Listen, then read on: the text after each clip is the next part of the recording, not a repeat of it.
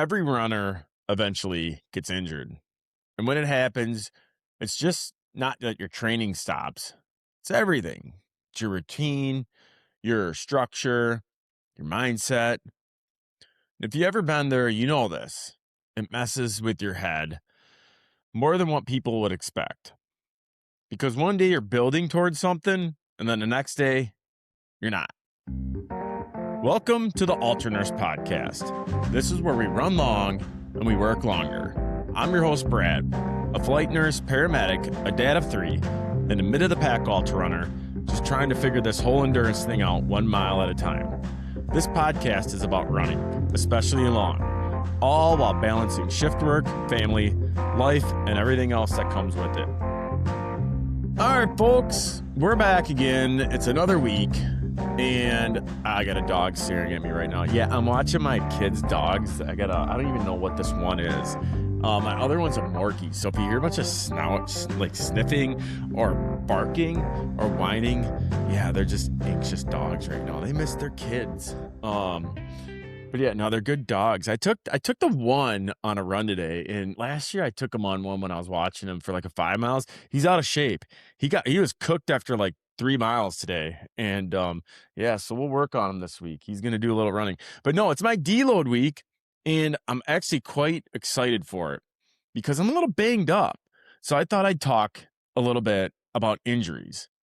And I know firsthand how it can mess with you being injured, because a couple years ago, I was training for my first 100-mile race. I was actually going to do it. I always said I was going to do it. I signed up for a few times, and well, that's a whole nother episode. It's a whole nother episode of why I never really ran this 100-mile race. But I was a drunk and just an idiot and whatever, and I just always made excuses. But anyways, I was all in. I did the training, a full year of work. I did the long runs. I did the early mornings. I did late nights, and I put the work in. And I was 10 days out from the race. 10 days out from the race. And I rolled my ankle. And at first I'm like, oh no, this is bad. This is bad. But you know what? I just didn't roll it. I fractured it. Fractured the foot, actually. I thought I thought I sprained my ankle. And it's funny story is I was up probably one of the biggest hills in Dubuque, about a mile up. And that's where I did it. And then I hobbled down all the way down the trail. Because, again, if you work in, I was a volunteer firefighter, paramedic for 10 years. And it was a Sunday morning at about 9 o'clock. And I think I was in a valley area. And I just didn't want to. I was like, oh, man, I should probably call, because I don't know if I can get down off this hill the way my ankle was.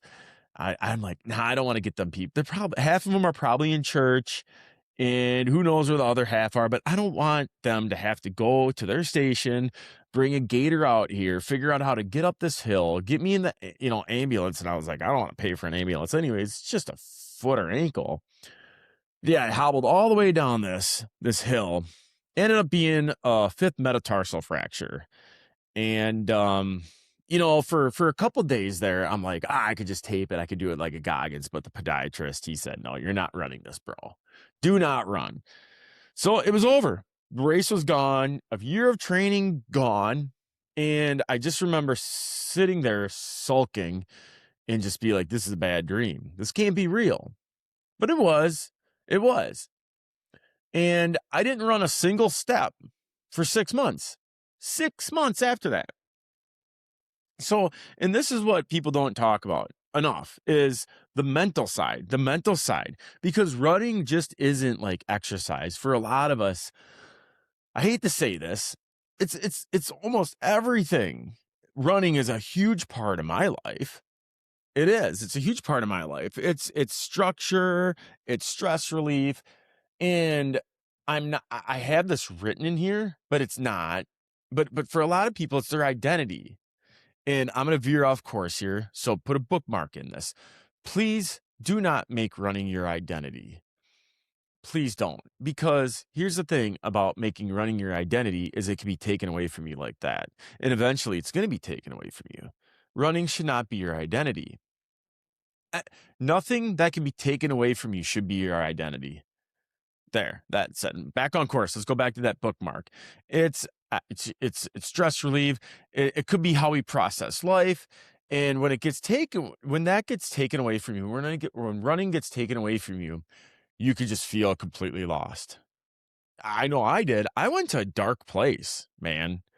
I started drinking a little again because I didn't have that outlet anymore. I didn't have that structure. And it's actually a pretty dangerous spot to be put back in, because when you start looking at something else to fill that void, you really do. And a lot of times when you lose something, you need something to fill that void. Usually it's not a good thing. It's really not. I mean, I started drinking again. I started eating like shit again. And, that's where I learned something really important. And again, you cannot make running your identity, people. You can't make your job your identity too. Do not make your job your identity. I absolutely love being a paramedic and a nurse. That is not my identity. That is not my identity. Your identity has to be something deeper than that. Please, gosh. And that for me, that's my faith. It's my family. And because those things can't disappear just because of an injury. All right. And then I already mentioned a little bit about this, but the physical spiral, that's a side of it. And this is something that everybody here will understand. Like when you can't run, you don't want to do anything else. Like you don't want to bike, you don't want to row, you don't want to swim. That stuff's all lame. Iron manners. I'm going to go at the Iron Manners right now. Yeah, it's lame. Swimming's lame. Biking's lame. Fight me. This podcast is for runners, because runners are the best. No, but I don't want to do that stuff. I don't like the bike running. I don't like the bike and swim. I don't. I want to run, dang it. And when you can't, I just, for a little bit there, I stop moving. And then you start eating worse. Maybe start drinking more. Then you gain weight. Then you feel worse. And it's that vicious spiral down. Then you just feel bad physically. And then that just leads to making you feel like shit more mentally, which makes your habits worse. And you see the spiral continues. Yeah, I lived it. I literally lived it for a month. And then I was, oh, this is nuts.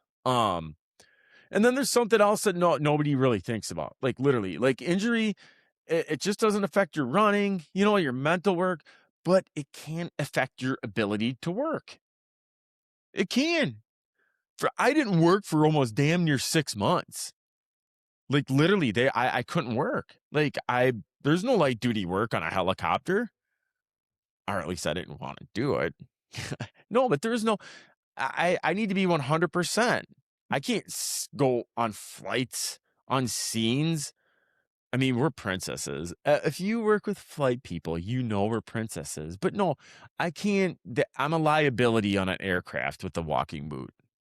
What if I had to go down in a ditch? We don't usually go down the ditches. We make the firefighters carry him up, put him in a nice warm or dry ambulance. No. But yeah, no, I couldn't. Yeah, I had to take off 6 months. Now I had PTO, thank God. I went up right. I ran all of it out. I went back before I was 100%. I lied.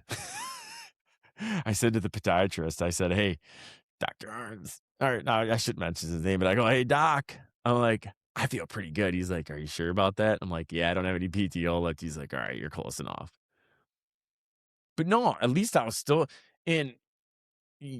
I was still getting my base pay, but I wasn't getting my shift premiums. I wasn't getting overtime. And in healthcare, like everybody out there that works in healthcare knows this is a big deal. Like we rely on that. So when that happened, I went into debt. I got a mortgage. I got a lot of bills. I got still student loans. I got 3 kids. One plays hockey. One plays softball and track and does church camps. Other one does gymnastics. They're all busy. A pound of ground beef is what, $15 now? It's not that much, but Yeah, and gas is cheap now because we're, oh, no, I'm not getting into politics here. Oh, my God, we are so cooked. No, but all right, back on running point. But yeah, 6 months is a long time. And eventually the PTO runs out. And then then you're dealing with stuff that a lot of runners don't think about. Well, I don't know. All running is super expensive, but financial stress, right? So injury just isn't physical, it just isn't mental. It could become financial too. All right? And then there's a standpoint from a clinical standpoint because this is where I had to check myself recently, right? Because runners are really good at ignoring pain, right? We push through things, rationalize it. We say it'll be fine, it'll just go away, right? I'll just get through this run. But here's the truth: your body does not care about your race calendar. All right. We all know tissue takes time to heal. Biology takes time. You can't outtrain it. You cannot outtrain stress. You can't outwork it. If you ignore things early, they're going to turn into bigger problems. Brad, I'm dealing with that right now too. I got this nagging heel issue. It's driving me nuts. I don't know a damn thing about the foot. It was funny because when I went to my first or second podiatry appointment when I had my fractured foot, they're like, "How do you not know this? You're a flight nurse." And it's like, no offense, but like, I don't give a shit if your foot's fractured. I give a shit if it's like cut off and you're bleeding, squirting blood everywhere. But no, like, it's just I don't know what's going on with it. I Googled it. I asked other clinicians about it. It's just weird. I got a PT appointment today. I think it'll be before I release this, but I'm going to the best. Amanda, you're the best. She's going to get me all figured out. She rips marathons. She's a road runner though. She's way too fast. Way too fast. Anyways, we're going to get this figured out, but like some days it feels fine, some days it doesn't. And yeah, part of me just says, I'm just going to do this long run and I'm just going to keep pushing it because it's nothing. I don't know what it is, but yeah, I'm getting it looked at because I don't want this to turn into something bigger. I'm trying to be smart about it. So like going back to when I had my fractured foot, like what helped me turn that around? Because I know there's going to be somebody out there listening that's probably dealing with an injury, or you could put this in your head for when you do get injured. Because I'm praying that it doesn't happen to you, but the chances are you're going to get injured at some point if you do this long enough. So a few things when I was in that dark place when I was injured. Number one, the most important thing I did when I was injured, when I was spiraling down, I stopped drinking alcohol again. There's nothing good. I don't want to be like that guy, but there's absolutely nothing good that comes from drinking alcohol. And you could come at me with that social lubrication bullshit, but no, it's stupid. Dude, yeah, it's just that was the most important thing that I did when I was going through my injury. I just quit drinking alcohol. It wasn't doing any good for me, and it sure the hell isn't promoting healing in my body. It's toxic to every cell in your body. So I stopped drinking alcohol because it's not good for your mental health as well. It's huge. Another thing, I started eating better. I started eating high protein food, right? To help muscle build. Stopped eating like shit. I tried not to eat so much processed food and sugars because I'm not burning all that shit off running. We can get away with eating like crap in the sport. Well, the saying is you cannot run a bad diet. Bullshit. I say, come to an ultra event. Oh my gosh, it's so bad. And then I at the tail end of it, I started stretching regularly, right? Every night. It's still non-negotiable. I've been fairly injury free for 3 years now. I mean, I am 43. I've never felt better other than this damn heel. But no, it's gonna go away. We're gonna find it. It's gonna be all right. But no, and then I found other outlets too. You have to find other outlets. For me, I picked up my guitar again, and it was fun. It gave me something to do. I really got good. Not like Jimi Hendrix or Van Halen good, but I got a hell of a lot better than I ever was. And I found a new passion for it. And I got more involved in playing at church and made new friendships. And actually, I found my faith when I was hurt. It just gave me another something to focus on. And slowly I started rebuilding. And eventually I came back, slowly but surely. And you know what? I finished that damn 100 too. It's awesome. With like 5 months of training, 5 or 6 months of training, back from a fractured foot. And I'll tell you what, that comeback meant more than that race ever would have had on its own. So you have to look at it with that perspective too. All right. So if you're dealing with an injury right now, a few things I'm going to tell you. All right. Do not ignore it. All right. Address it early, but don't overblow it either. Me, I can't feel like a little tweak. Oh my gosh. No, but don't ignore it. Take care of it. Even if it means backing off for a day or two or a week, even if it means missing a race, if you're that hurt, you know what I mean? Cross train. I got on a rower. When I had that fractured foot, I rode.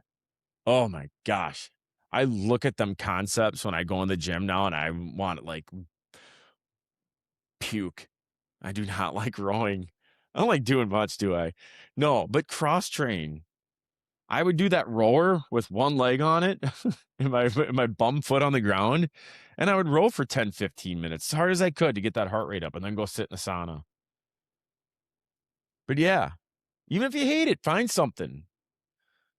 Walk if you can. Do strength workout, just anything. And keep structure in your life. That's huge. Find something outside of running. Because if your running is your only outlet, you're setting yourself up for a rough time when it gets taken away. And I say this probably in every episode. It's going to get taken away eventually. You got to have a different hobby. Read a book, play guitar, do gardening, play with dogs. These dogs are driving me crazy. They're not. They're good dogs. Here's the truth, though. Injury is not. It's, every runner goes through it. Every single one of us. It sucks. I get it. It really does. There's no way around it. But it's part of the game. It's part of the game, especially if you're on ultra running. Part of the game, brothers and sisters. So it could take a lot from you. It could take your running. It could take your routine. It could take your mindset. It could take your income. It doesn't have to take everything. It's how you respond to it that matters. And sometimes the comeback teaches you more than the training ever did. For real. It's all part of the game. Keep your head up. If you're going through injury, keep your head up. And if you haven't, remember this. Keep your head up. Like Tupac said. Is it Tupac? Was it? Did he say that? Keep your head up. That song. Twitch, what's up, bro? I'm talking to the dog now. All right, it's time to go. It's really time to go. That's a wrap for today. Again, as I always say, thanks for spending part of your run or your drive or your shift with me. And, if this episode resonated with you or a runner that could use it, hey, share it with them. All right, make sure you're subscribed to the show so you don't miss the next episode. I hope they get better over time. This is all part of growing for me, right? But, and I hope the next episode, I'm going to be interviewing my first interviewee, and he is the man. He's the man. Stay tuned. I'll give you a little taste before I release it. I'm super excited to talk to this guy too. Super excited to talk to this dude. He's going to be my first interview. I hope it's not a complete train wreck, but I am so excited because he's just he's a normal dude that does ultras and marathons, and he can rip marathon, man, and ultras. But he's just a normal guy, and he's a he's a nurse. He worked in ICU. I shouldn't say former. He's a ex-ICU nurse, put in some years in the ICU, and now I think he's doing HIPAA compliance. But he's not an administrator. He is not an administrator. So I look forward to talking with him. So stay tuned. That's super exciting. And again, make sure you're subscribed. and leave a comment or a rating. And I appreciate the hell out of you being here and giving me your ear for like a half hour. Now, go rip some miles. Peace.